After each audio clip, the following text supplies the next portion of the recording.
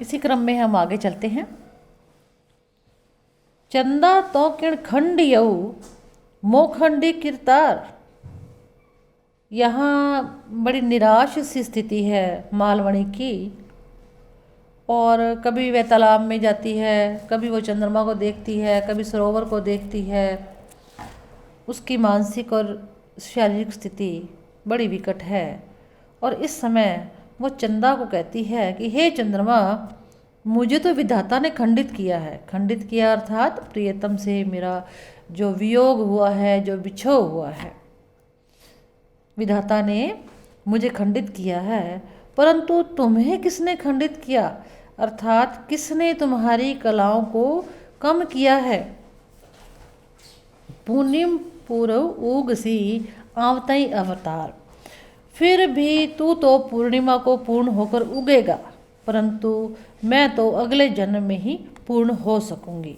अर्थात प्रियतम के विरह में अब मेरा यह जन्म समाप्त हो गया समझो। अब अगले जन्म में ही मैं प्रियतम का सुख देख सकूंगी।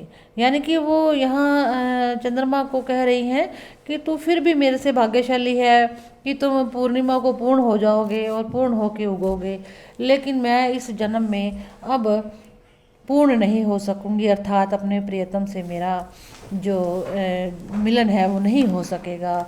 मेरा ये जन्म समाप्त ही हो जाएगा। अगले जन्म मैं अपने प्रियतम को प्राप्त कर सकूंगी। यहाँ मालवणी की हम निराशा और वेदना को देख सकते हैं।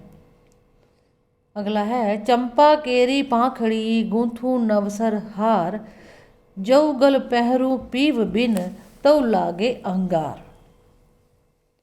यहाँ विरहणी मालवणी का कथन है, और वह बड़ी व्यथित होकर कह रही है।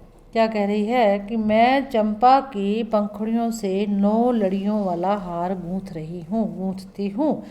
यदि उस समय हार को मैं गले में पहनती हूँ तो प्रियतम के बिना वह हार अंगार सा मुझे लगता है।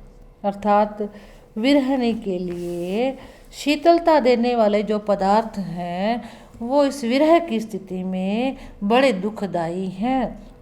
वही जो हार जो हैं चंपा के वो शीतलता प्रदान करते हैं, परंतु इस समय वो अंगार के समान तप्त हो रहे हैं और मुझे बड़ी वेदना दे रहे हैं। हार का अंगार जैसा मानने का वर्णन विरह दशा में कवि परंपरा के अनुरूप है।